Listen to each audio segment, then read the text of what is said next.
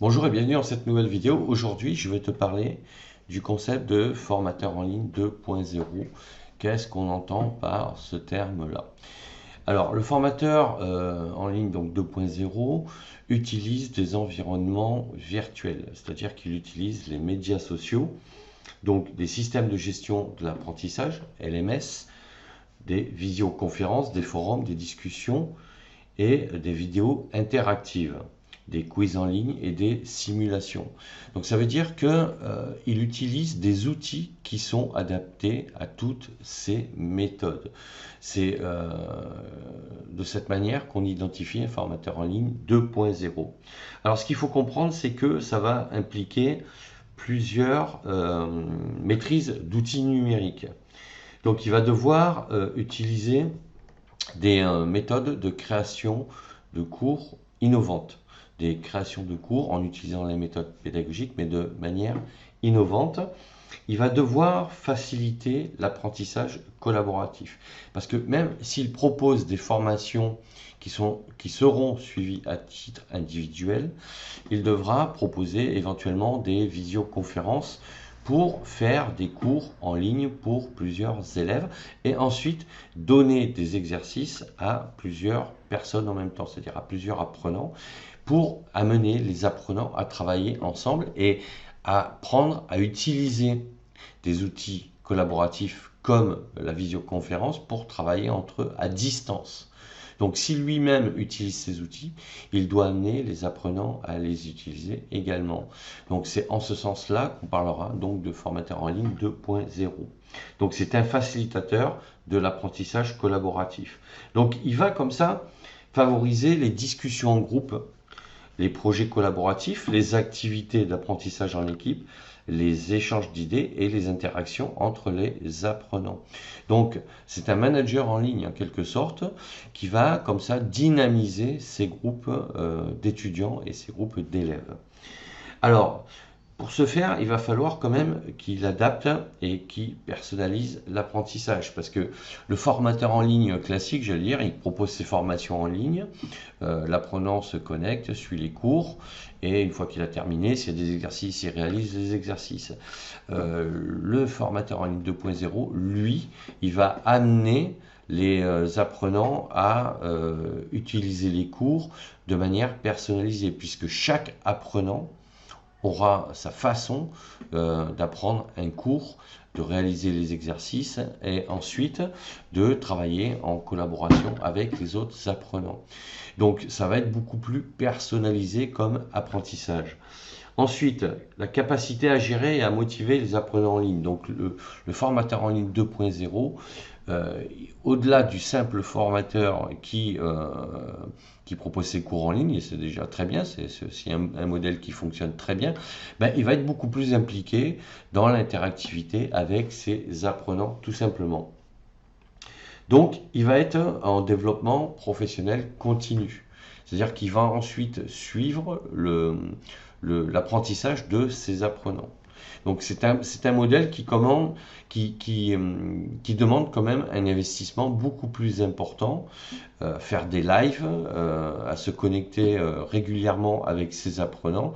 Et en quelque sorte, alors je ne dis pas que c'est quasiment du coaching, je dirais que c'est plutôt un rôle de manager, mais c'est un rôle d'animateur.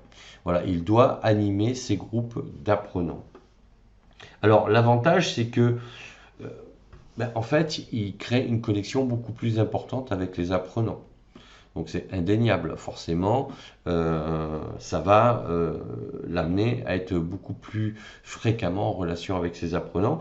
En revanche, ça va impliquer beaucoup plus de flexibilité, puisque s'il organise des sessions par visioconférence, chaque session va se dérouler de manière différente. Il peut y avoir les questions ne seront jamais les mêmes et à partir de là, il va devoir s'adapter aux questions, y répondre et chaque visioconférence, en quelque sorte, l'amènera à approfondir des sujets qu'il n'aura peut-être pas approfondis dans la visioconférence précédente.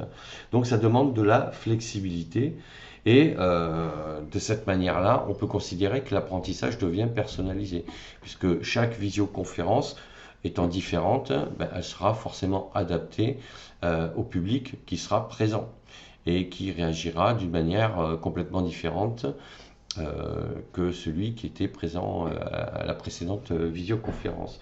Donc voilà, il y a de l'interaction, il y a de l'engagement, et donc il va favoriser les discussions en ligne et peut-être même proposer des exercices en ligne. Il y a beaucoup plus d'interaction. Donc c'est de la collaboration et du partage beaucoup plus intensif que le formateur en ligne classique qui lui propose ses cours sans interagir avec les stagiaires, à part par email ou peut-être par masterclass ponctuelle, mais je dirais qu'il n'a pas une démarche active beaucoup plus développée que le formateur en ligne 2.0. Donc voilà, et ensuite le formateur en ligne 2.0, ben, il a un suivi dans les évaluations en temps réel. Donc c'est-à-dire que lorsque les apprenants ont suivi un cours, ont fait des exercices, lui de son côté, il peut visualiser les résultats et ensuite les analyser avec les apprenants à travers un Zoom ou autre outil pour ensuite débriefer sur l'exercice par rapport à un cours donné. Donc ensuite, il va mettre à jour des contenus qui seront donc forcément actualisés. Et il va essayer donc de favoriser l'accessibilité à ces mises à jour.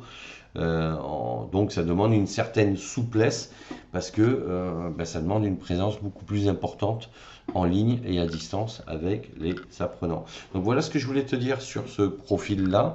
Donc ça c'est un peu le profil en fait du formateur à distance. Alors on joue un peu sur les termes, mais pour moi, le formateur à distance, c'est le formateur, j'allais dire, qui a plus un profil de formateur en présentiel, qui utilise des outils à distance, mais qui a à peu près les mêmes démarches qu'en présentiel avec ses apprenants, c'est-à-dire il est souvent alors ça peut être du face-to-face, mais ça peut être également de la visio avec des groupes. Voilà, c'est quelqu'un qui suit beaucoup ses élèves, hein. C'est plus une démarche de prof que de formateur en soi. Alors que le formateur en ligne, c'est quelqu'un qui crée des supports de cours, qui les met en ligne et qui vend ses formations et qui n'est pas présent quand les stagiaires suivent ses cours, puisqu'ils peuvent les suivre 7 jours sur 7, H24, quand ils le veulent.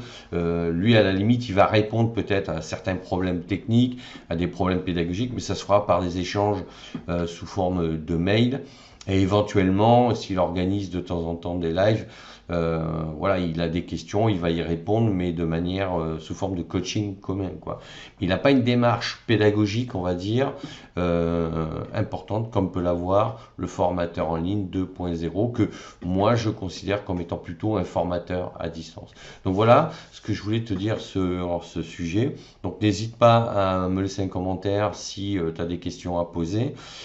N'hésite pas également à mettre un pouce bleu vers le haut, à t'abonner à la chaîne. Et sache que justement, tu peux télécharger mon guide Devenir formateur en ligne sur mon blog Cap sur vous. Donc tu as les liens dans la description de la vidéo. Il te suffit d'aller sur le blog.